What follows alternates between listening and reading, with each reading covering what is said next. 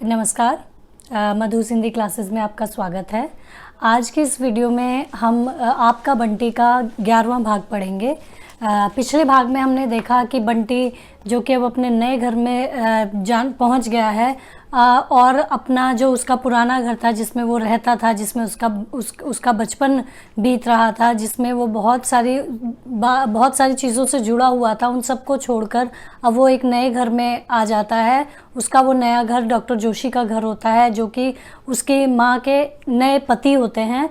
तो उनके घर में आने के आ चुका है वो, और यहाँ से जो है ये वाला जो अगला अध्याय है 11वां अध्याय, ये शुरू होता है। इस अध्याय की शुरुआत ही पूरा अपना घर छूटने की कसक जो बंटी के मन में विद्यमान है उसके साथ शुरू होता है यह अध्याय।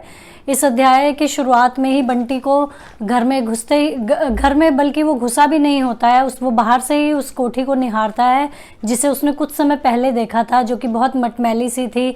आज वो उसे बिल्कुल नई धुली धुली सी साफ सुथरी चमकती हुई सी लग रही थी। उसे वो हवेली वैसी हवेली नहीं लग रही थी जिसे उसने अपनी माँ की शादी से पहले देखा था। वो महसूस करता है कि जब माँ की शादी हो गई है, माँ काफ़ी बदल गई है। हमारा जो घर जिसमें हम रहते थे वहाँ की सारी परिस्थितियाँ बदल गई हैं। वो ये भी महसूस करता है कि अब जब मैं इस नए घर में आया हूँ तो ये घर भी वैसा नहीं है जैसा मैंने इसे देखा था। इसके बाद वो ये सोचता है कि पहले बार बार माँ इस घर में आने की मुझसे गुजारिश किया करती थी, मुझसे कहा करती थी कि इस घर में चलो। मैं ज़िद करके यहाँ कभी नहीं आता था, और माँ कुछ ज़्यादा ज़िद करने लगती थी तो फूफी बीच बचाव कर देती थी। लेकिन अब जब वहाँ उस घर में फूफी नहीं है, मेरा सारा सामान वहाँ नहीं है, तो मैं कैसे उस घर में रुक सकता था, और मेरे पास अब जिद करने का कोई कारण भी नहीं था। तो बंटी के मन में जो ये सारी बातें चल रही होती हैं, ये उसका उस घर से ज़बरन इस घर में ले आने का जो एक भाव था, वो उसके मन में इन बातों के उमड़ने गुमड़ने से स्पष्ट होता है यहाँ पर। तो बंटी ये महसूस करता है कि उसकी ये मजबूरी रही है कि उस पुराने घर को छोड़कर उसे इस नए घर में आना पड़ रहा है। जब वो डॉक्टर जोशी के घर में प्रवेश करता है तो उसकी माँ के साथ उनके नए पति डॉक्टर जोशी की जो आत्मीयता होती है, जिस आत्मीयता के साथ उसकी माँ एक शिकायत भरे लफ्ज़ों में कहती है कि आप क्यों नहीं हमें लेने आए, गाड़ी भेज दी। और उसके बाद डॉक्टर जोशी जिस प्रकार उनके कंधे पर हाथ रखते हैं और जिस प्रकार से वो आत्मीयता दिखाते हैं वहाँ, और माँ उस आत्मीयता से बहुत खुश होती है। बंटी उस परिस्थिति में सहज महसूस नहीं करता। कहीं ना कहीं बंटी के भीतर का जो एक पॉजेसिवनेस है वो वहाँ नज़र आता है, और बार बार उसे ये लगता है कि उसने पहले भी माँ और डॉक्टर जोशी को बहुत नज़दीक देखा है, लेकिन वो जब भी देखता है एक नए तरीके का भाव उसके मन में आता है जिसे वो बिल्कुल समझ नहीं पाता। उसे ये तो पता नहीं कि वो भाव क्या है, क्यों है, कैसे है, लेकिन उसे ये भाव बिल्कुल अच्छा नहीं लगता।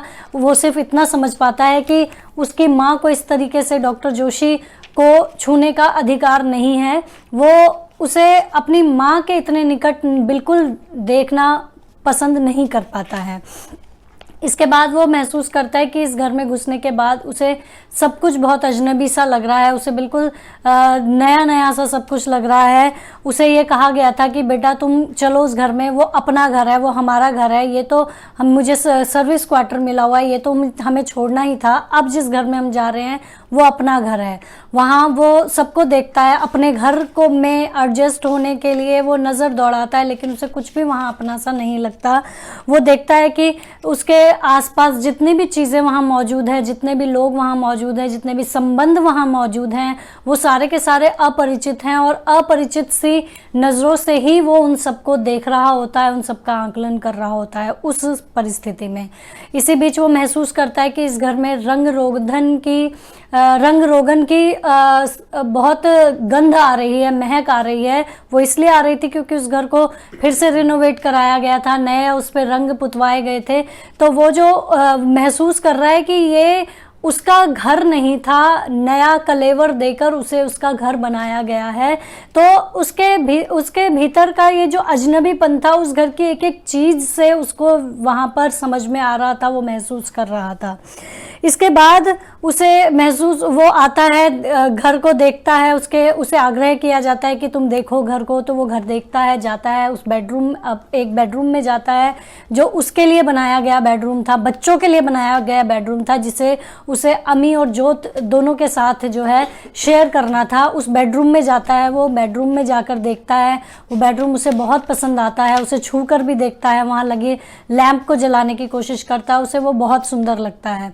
इसी बीच वो देखता है कि कहीं वो शीशी कहाँ है, जिस शीशी के भीतर कोई जादू था, जो जादू भरी शीशी डॉक्टर जोशी ने मेरी माँ को दी थी, और उस जादू भरी शीशी से मेरी माँ काफ़ी कुछ बदल गई है, मेरी माँ जैसी नहीं रही है। तो इन चीज़ों को महसूस करता हुआ वो वहाँ पर जो है उस शीशी को ढूंढने का प्रयास करता है कि जिस शीशी की उपस्थिति में मेरी माँ ने मुझे चांटा मारा था, वो शीशी यहाँ मौजूद है या नहीं। कहीं ना कहीं उसके दिमाग में वो शीशी इस कदर बैठ गई होती है कि उसे लगता है कि उसके जीवन के सारे जो परिवर्तन है, जो बदलाव हैं, वो कहीं उस शीशी के भीतर बसे जादू में समाहित हैं। उसके बाद वो उस कमरे को जब निहारता है तो देखता है कि ये हूबहू वैसा ही कमरा है जैसा मेरे घर में मेरा कमरा हुआ करता था। उसे देखकर वो बेहद प्रसन्न होता है और अपने पुराने घर को छोड़ने की जो एक कसक थी, वो उस समय आकर कुछ एक क्षण के लिए वो वहाँ थोड़ी ढीली सी पड़ने लगती है। और इसी बीच डॉक्टर जोशी आकर बंटी से पूछते हैं कि तुम्हें कमरा कैसा लगा। तो बंटी वहाँ खुश होता है और उन्हें बोलता है कि मुझे वो कमरा अच्छा लगा। डॉक्टर जोशी बहुत एफर्ट कर रहे होते हैं उसे अपनाने के लिए, वो बहुत कोशिश करते हैं कि बंटी को यहाँ अच्छा लगे, बंटी यहाँ खुश रहे।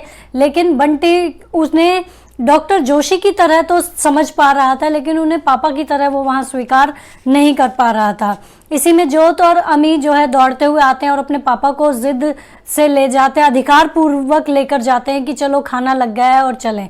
वहाँ जब खाना खाने के लिए डाइनिंग टेबल की तरफ बढ़ते हैं तो बंटी पाता है कि जैसे शादी ब्याह में खाना बनता है, तरह तरह के पकवान बनते हैं, आज इस टेबल पर सब कुछ वैसा ही सजा हुआ है।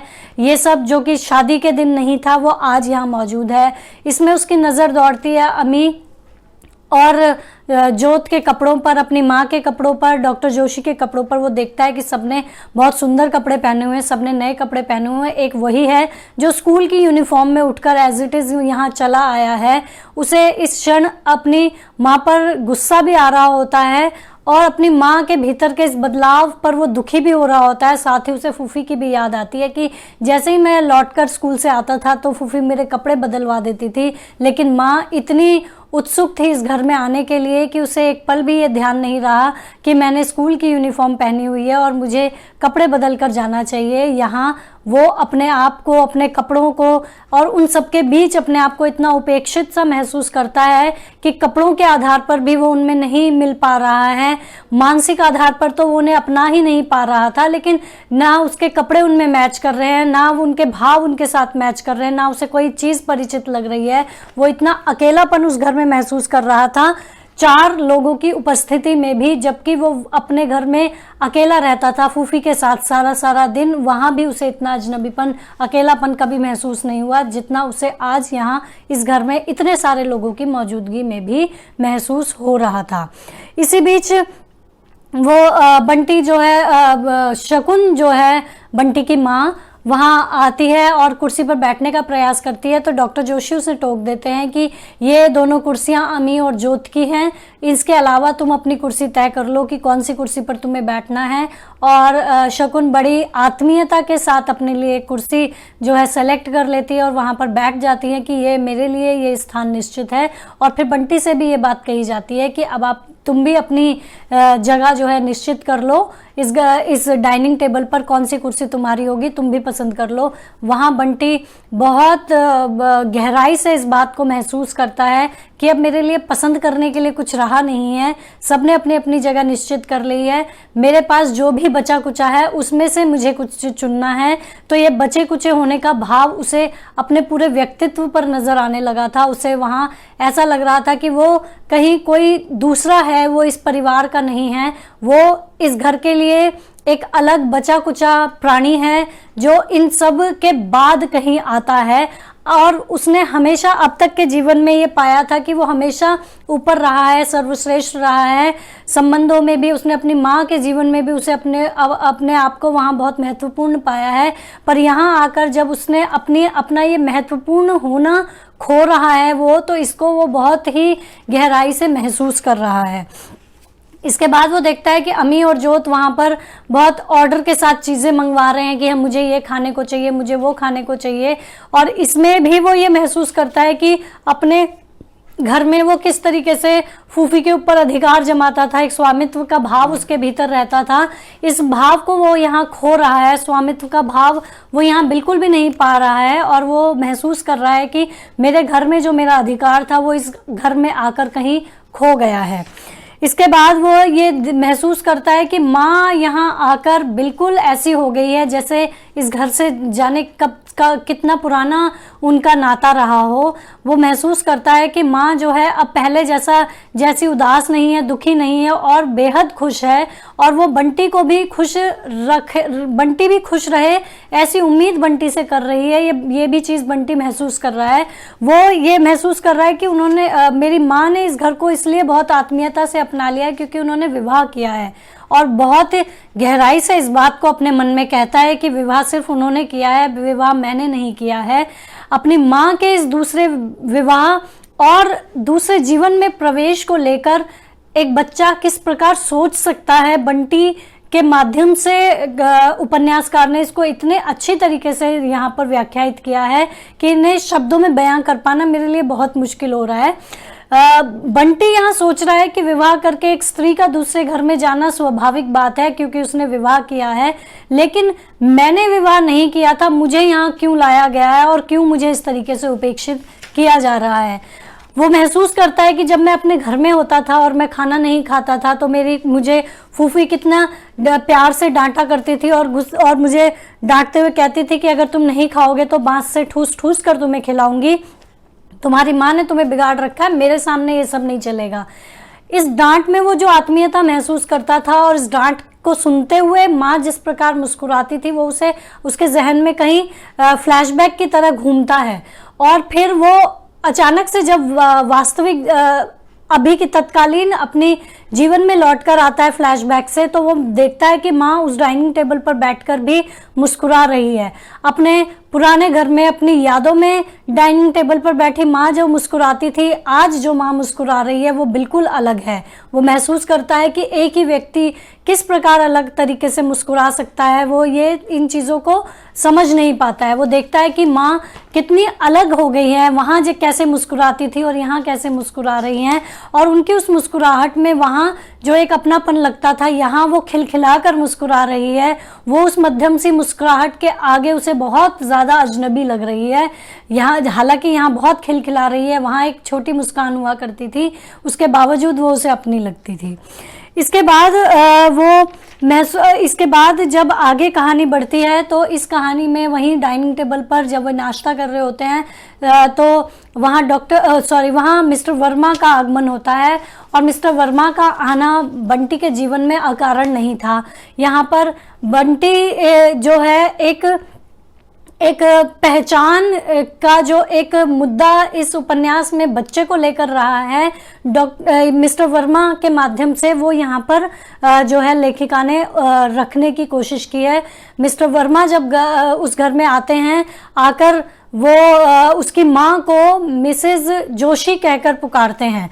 मिसेस जोशी सुनना बंटी के लिए बहुत नया था और बहुत ही आश्चर्यजनक भी था, और उसके लिए ये स्वीकार करना बहुत मुश्किल था। वो एकदम चौंक जाता है सुनकर मिसेस जोशी, क्योंकि उसने अपनी माँ को हमेशा मिसेस बत्रा के नाम से सुना था। इतने में ही जब शकुन को मिसेस जोशी कहा जाता है तो शर्म से उसका चेहरा लाल हो जाता है, और अपने माँ के शर्म से हुए लाल चेहरे को वो बहुत आसानी से पढ़ पा रहा होता है और महसूस करता है कि माँ कैसे ये सब सुनकर लाल हो जाती हैं। उनका ये लाल हो जाना कितना अलग है, माँ ऐसी कभी भी नहीं दिखती थी। इसके बाद मिस्टर वर्मा जो हैं वो बंटी की तरफ ध्यान देते हैं और पूछते हैं अरे ये बच्चा कौन है, और फिर उसे सडनली याद आता है कि ये शकुन का बेटा है, और उससे उसका नाम पूछने लगते हैं। अपना नाम बताते हुए वो बताता है कि मेरा नाम, और मन में वो दृढ़ निश्चय कर लेता है कि मेरा नाम बंटी जोशी नहीं है, मेरा नाम अरूप जोशी भी नहीं है, मेरा नाम बंटी बत्रा है, जो कि मेरे पापा का नाम के पीछे मेरा सरनेम लगता था। मैं उसी अपनी पहचान को यहाँ भी कायम रखूंगा। और वो अपना नाम बताते हुए बहुत जोर देता है कि मेरा नाम अरूप बत्रा है। वो अरूप से ज्यादा बत्रा शब्द पर जोर देता है। वो जोर इसलिए देता है कि वो वहां इस बात को बहुत अच्छी तरह से स्पष्ट कर देना चाहता है कि मेरी जो आइडेंटिटी है, मेरी जो पहचान है, वो डॉक्टर जोशी के साथ जुड़ी हुई नहीं है। मेरी माँ की पहचान उनके साथ जरूर जुड़ गई है, लेकिन मेरी पहचान आज भी मेरे पापा से जुड़ी हुई है। हालांकि उसका ये व्यवहार उसकी माँ को पसंद नहीं आता, वो उसे घूर कर देख रही होती है, लेकिन बंटी इस बात की परवाह किए बिना कि माँ को कैसा लगेगा, वो वहाँ बहुत क्लियरली कह देता है मेरा नाम अरूप बत्रा है। इस वाक्य में हमें यह भी पता चलता है कि अभी तक हम जिस बच्चे को बंटी के नाम से जानते हैं, उसका जो वास्तविक नाम था वो अरूप होता है। तो उसके नए नाम से भी हम यहाँ पर परिचित होते हैं इस अध्याय में। इसके बाद वो अपने मन में ये बात समझ लेता है कि डॉक्टर जोशी जो हैं मेरी माँ के पति हो सकते हैं, मेरे पिता नहीं हो सकते। और वो इस असमंजस में बहुत बुरी तरीके से उलझा हुआ था कि मैं अपने माँ के पति को पापा मानूं या फिर मेरे पापा ऑलरेडी हैं, मेरे पापा वही हैं। वो निश्चय करता है कि डॉक्टर जोशी मेरे पापा कभी नहीं हो सकते। मेरे पापा जो हैं, जो कलकत्ता में रहते हैं, अजय बत्रा जो मेरे पापा हैं वही मेरे पापा हैं, डॉक्टर जोशी मेरे पापा नहीं हैं। और इस सब के बीच उसे फिर से याद आता है कि इतना देर हो गई है, हम पुराने घर से नए घर में आ गए हैं, घर देख लिया, सब कुछ देख लिया, उसके बावजूद मम्मी को ये बिल्कुल ख्याल नहीं है कि मैंने कपड़े नहीं बदले। फूफी होती तो स्कूल से आते ही मेरे कपड़े बदलवा देती, उसे रह रह कर फूफी की याद आती है। और इतना सब कुछ हो जाने के बाद वो जब उससे रहा नहीं जाता तो वो अपनी माँ को कह देता है कि माँ मेरे को कपड़े बता दो कहाँ हैं, मैं खुद ही बदल दूंगा। और ये कहते कहते वो बहुत भावुक हो जाता है। माँ के द्वारा मिली इस अनअपेक्षित उपेक्षा से बंटी बेहद आहत होता है और वो बहुत परेशान होता है। उसे अपनी माँ का ये व्यवहार बहुत बहुत बुरा लगता है, जिसे वो बोल भी नहीं पाता है। इसके बाद उसकी माँ को अपनी भूल समझ में आती है कि वो भूल गई कपड़े बदलवाना, और उसे उस कमरे में लेकर जाती है जहाँ उसके पुराने घर से आया सामान एक कमरे में ठूस दिया गया है। उसे ऐसा लग रहा था कि उसका पुराना घर जो है इस एक कमरे में कहीं ठूस दिया गया है, और वो वहाँ नज़र दौड़ाता है। उसका सारा सामान कितना अस्त व्यस्त पड़ा है, उस सामान के साथ उसका जुड़ाव, उसका एहसास किस तरीके से अस्त व्यस्त पड़ा है। अपने एक खिलौना, सैनिक का एक खिलौना था, उस खिलौने को वो देखता है कि कैसे ऊट पटांग सा पड़ा हुआ है। वो उसे सहेजने की कोशिश करता है। उनमें से निकाले गए कपड़ों को उसकी माँ निकालती है, पर बंटी वहाँ सामान पर नज़र दौड़ाता रहता है। और उसके बाद जब वो कमरे से बाहर निकलता है तो एक क्षण के लिए जो एहसास उसके मन में आता है पुराने घर से जुड़ने का, वो एहसास उस कमरे से बाहर निकलते ही कहीं खो जाता है। उसे चारों तरफ अजनबीपन सा महसूस होता है। उसके बाद जो है अमी और जोत उसे अपना घर दिखाते हैं, बगीचे की तरफ लेकर जाते हैं, मैदान की तरफ लेकर जाते हैं, सब कुछ उसे दिखाते हैं, लेकिन फिर भी उसे सब कुछ अजनबी सा लगता है। इसी बीच उसे जो है नीम का पेड़ याद आता। जोत नीम के पेड़ से उसका परिचय करवाती है कि ये पेड़ पापा के पैदा होने पर लगाया गया था, और चाची माँ उसका जो है बार उसकी हर साल पूजा भी करती हैं, तो उसे अपना आम का पेड़ याद आता है जो घर में लगाया गया था, जिसके लिए माली काका ने कहा था कि जब तुम बड़े होगे तो जब ये पेड़ भी बड़ा होगा। उस घर से जुड़ा हर एक एहसास उसे हर एक मोमेंट पर याद आता है। इसके बाद उसका जो ये अजनबीपन होता है, सब कुछ उसे अपरिचित सा लगता है, उसे भीतर ही भीतर कहीं ना कहीं परेशान उसको इतने इस हद तक किए रहता है कि वो ना तो पुराने घर की यादों से बाहर निकल पाता और ना ही वो नए घर में जुड़ पाता है। इसके बाद वो कमरे में आता है और अपने कपड़ों को नहीं बदलता है, तो आकर जोत उसे कहती है कि अरे बंटी, तुमने कपड़े नहीं बदले, मम्मी ने तुम्हारे लिए कपड़े यहाँ लाकर रखे हुए थे। वो बहुत आश्चर्यचकित होता है कि जो लड़की अब तक मेरी माँ को आंटी कहा करती थी, आज वो अचानक से माँ कह रही है। इतनी आत्मीयता कैसे जुड़ गई इन लोगों की मेरी माँ के साथ। और वो ये भी महसूस करता है कि बच्चे उसके साथ, दोनों ही बच्चे उसके साथ बहुत एडजस्ट करने की कोशिश करते हैं, लेकिन बंटी उन्हें स्वीकार नहीं कर पाता। उसके स्वीकार ना करने का एक कारण यह भी था कि अब तक उसने जितना भी जीवन जिया था, उसने एक अकेले बच्चे की तरह उसने अपने आप को देखा था, जहाँ पर हर चीज़ में वो सबसे पहले स्थान पर रहा था, हर चीज़ में वो अपनी माँ की प्रायोरिटी रहा था। यहाँ उसने देखा कि यहाँ 2 बच्चे ऑलरेडी मौजूद हैं, तो उन 2 बच्चों के बीच वो कहीं अपने अस्तित्व को खोता महसूस कर रहा था। उसे बच्चों की आत्मीयता के बावजूद उसे वहाँ बहुत अजनबीपन लग रहा था, इसलिए क्योंकि वहाँ उन 2 बच्चों को वो अपने आप से ज़्यादा श्रेष्ठ यहाँ पर देख रहा था। इसके बाद जब वो सोने लगते हैं तो बंटी वहाँ लेटता नहीं है और बैठा रहता है और इंतज़ार करता है अपनी माँ का। थोड़ी देर बाद अम्मी और जोत दोनों सो जाते हैं। शकुन आकर उस कमरे में देखती है कि बंटी सोया या नहीं, तो बच्चों को सबको देखते हुए वो नज़र दौड़ाती है बंटी की तरफ, तो उससे पता चलता है कि बंटी सोया नहीं और उसका इंतज़ार कर रहा था। तो इसमें उसे थोड़ा सा अजीब भी लगता है और फिर वो बंटी को प्यार से उठाती है, पलंग पर लिटाती है और सुलाने की कोशिश करती हैं। और इसमें वो समझ जाता है कि माँ जो उसके साथ हमेशा सोती रही है, आज माँ उसके साथ नहीं सोएगी। उसने इस घर में आकर जो एक अपना एक कल्पनाओं का महल बनाया था कि इस घर में ये जो कमरा है, इस पर जो ये 2 बेड हैं, इस पे एक माँ सोएगी, एक पर मैं सोऊंगा, ये सब उसका जो बनाई हुई एक सपनों का महल उसने बनाया था, वो उस समय ढह जाता है जब उसे यह एहसास होता है कि माँ इस कमरे में मेरे साथ नहीं सोएगी, बल्कि माँ जो है अलग किसी कमरे में सोएगी। और इससे वो जो है बहुत दुखी हो जाता है। और इसी बीच माँ उससे ये भी कहती है कि मुझे तंग करके, सबके बीच में शर्मिंदा करके क्या तुझे बहुत सुख मिलता है आजकल? और मन ही मन वो इसका जवाब देते हुए कहता है कि हाँ, मुझे बहुत सुख मिलता है, मुझे बहुत मज़ा आता है। तुम भी तो मुझे इतना शर्मिंदा कर रहे हो, लोगों के बीच में लाकर तुमने मुझे कितना शर्मिंदा किया है। ये सारी बातें वो मन में कर रहा होता है, लेकिन वो बोलना चाहता है, लेकिन वो कभी भी अपनी माँ के सामने ये सारी चीज़ें नहीं बोल पाता। और जब माँ उसको सहला रही होती है, सहलाते सहलाते बंटी को हालांकि नींद नहीं आती, और उसकी माँ उसको सहलाते हुए डॉक्टर जोशी के साथ उस कमरे से बिजली का स्विच, लाइट का स्विच बंद कर बाहर निकल जाती है। और जिस तरह कमरे में अंधेरा छाता है, उसी तरीके से अपनी माँ के प्रति जो उसका अपनत्व का भाव था वो भी कहीं अंधेरे में गुम होने लगता है। और इसी बीच वो महसूस करता है कि उसका सब कुछ उस घर में छूट गया। यहाँ पहले मेरा घर छूटा, सामान छूटा, फूफी छूट गई, अब यहाँ जब मैं इस घर में आ गया तो मम्मी भी कहीं वहीं रह गई, मम्मी भी कहीं पीछे छूट गई। अब मेरी मम्मी भी वो मम्मी नहीं है जो मेरी मम्मी हुआ करती थी। इसके बाद जब अंधेरा हो गया, तो इससे पहले बंटी कभी रात में इस तरीके से नहीं जागा था और माँ उसके सोने के बाद ही सोती थी। यहाँ माँ सोने के लिए चली गई और बंटी जाग रहा था, और अंधेरे में वो इस कदर डर गया कि उसे बहुत ज़्यादा डर लगा, और डर के मारे वो भागकर अपनी माँ के कमरे तक गया, ज़ोर ज़ोर से दरवाज़ा पीटने लगा और इतना रो रहा था, इतना रोया कि इतना बेसुध सा होकर वो दरवाजे को पीटने लगता है। और उसकी इस बेसुध होकर दरवाजे को पीटने के बाद माँ तुरंत दरवाज़ा नहीं खोलती, कुछ समय बाद दरवाज़ा खोलती और देखती है कि बंटी वहाँ पर खड़ा है, रो रहा है, सुबक सुबक कर रो रहा है, आंखें बुरी तरह से आंसुओं से भीगी हुई है, पूरे चेहरे पर लार और नाक उसकी बह रही है।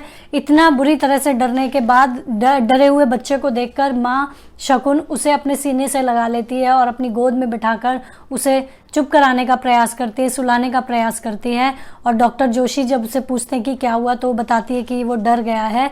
तो इस चीज़ में भी वो कहती है कि वो तरह तरह की कहानियाँ पढ़ता रहता है, शायद कुछ इस समय अंधेरे में उसे लगा होगा और वो डर गया है। इसी बीच बंटी जो है महसूस करता है कि उसे माँ जो है, जिस माँ को वो यहाँ आकर खो चुका था, इस डर के माहौल में और माँ के सीने से चिपककर उसे फिर से उस माँ का एहसास होता है जिस माँ को वो इस घर में खो देता है। माँ उसे अपने पास बिस्तर पर लिटाती है, सुलाने का प्रयास करती है, लेकिन बंटी सोता नहीं है। इसी बीच उसके जीवन में कुछ ऐसा घटित होता है जो उसने पहली बार जीवन में देखा था और एक बच्चे के लिए ये एक बहुत बहुत अलग एहसास होता है जो उसके मन मस्तिष्क पर एक बहुत गहरा असर डालता है। इस बीच जब उन्हें लगता है कि बंटी सो गया, लेकिन बंटी सोया हुआ नहीं होता है। बंटी अपने माँ और डॉक्टर जोशी के आत्मीय क्षणों को उस वक्त देख लेता है। उन्हें उस वक्त वो नग्न अवस्था में देख लेता है। वो उनको उस अवस्था में देखने के बाद उसके मन मस्तिष्क पर एक और ही अलग असर पड़ता है। अब तक वो इस कश्मकश में, इस मानसिक तनाव में से जूझ रहा था कि मेरी माँ नहीं रही है, माँ के नए संबंध बन गए हैं जिसमें मैं कहीं उपेक्षित हो रहा हूँ, मेरा अस्तित्व कहाँ है, मेरी पहचान कहाँ है। मैं अब ना वो बंटी रहा, ना मेरी माँ वो माँ रही। वो इन सब के बीच में उलझा हुआ था। इसी के बीच में उसे ये एक नई चीज़ उसे यहाँ पर नज़र आती है। उसने कभी इस तरीके से किसी वयस्क को नहीं देखा था। उसने डॉक्टर जोशी को जिस अवस्था में, नग्न अवस्था में वो देखता है और देखकर वो इस बुरी तरह से डर जाता है, गुस्सा भी उसे आता है और अपनी माँ को भी उसी अवस्था में वो देखता है। अपनी माँ और डॉक्टर जोशी के इन आत्मीय क्षणों को देखने के बाद उसके मन मस्तिष्क पर बहुत गहरा असर पड़ता है और उसके दिमाग पर ये चीज़ें बुरी तरीके से हावी होती हैं। वो कहीं ना कहीं डर जाता है। उसके भीतर एक ग्लानि भी होती है कि उसने ये क्या देख लिया और ये क्यों देख लिया। इसके साथ साथ उसके मन में कहीं ना कहीं जुगुप्सा का भाव भी आता है कि मुझे ये नहीं देगी, ये कुछ विभत्स है, ये उसके प्रति उसके मन में एक छी का भाव आता है कि मुझे ये नहीं देखना चाहिए था और एक अपराध बोध भी होता है कि मुझे इस चीज़ को नहीं देखना चाहिए था। इन सब के बीच वो अपने आप को पाता है कि ये सब देख लेने के बाद वो आंख बंद कर लेना चाहता है, लेकिन उसकी आंखें बंद नहीं होती। वो ना चाहकर भी वो सब कुछ देख रहा होता है और देखने के बाद उसके दिमाग पर जो एक असर पड़ता है और अपने भीतर जो एक नए एहसास को वो महसूस करता है, उस नए एहसास को वो बिल्कुल समझ नहीं पाता है, लेकिन जो भी था उसके लिए, उसके मन मस्तिष्क के लिए वो एक अलग तरीके का तनाव था जो कि अब तक के उसके तनाव से बिल्कुल अलग तनाव था। उसने इस अवस्था में अब तक किसी भी वयस्क को, किसी भी बड़े को नहीं देखा था और ना ही उसने किसी वयस्क पुरुष के शरीर को, उसके शारीरिक अंगों को देखा था। उसको डॉक्टर जोशी को इस तरीके से देखकर उसे एक और उसके दिमाग में एक और प्रश्न खड़ा होता है कि यह सब क्या है। तो इसी के साथ ये वाला जो भाग है इस उपन्यास का समाप्त होता है और अगला जो इसका भाग है वो इसी भाव को लेकर बंटी की इस नई घटना जो उसके जीवन में घटित हुई है, इस नई घटना को आगे बढ़ाता है और इसकी चर्चा हम अगले भाग में करेंगे। बहुत बहुत धन्यवाद।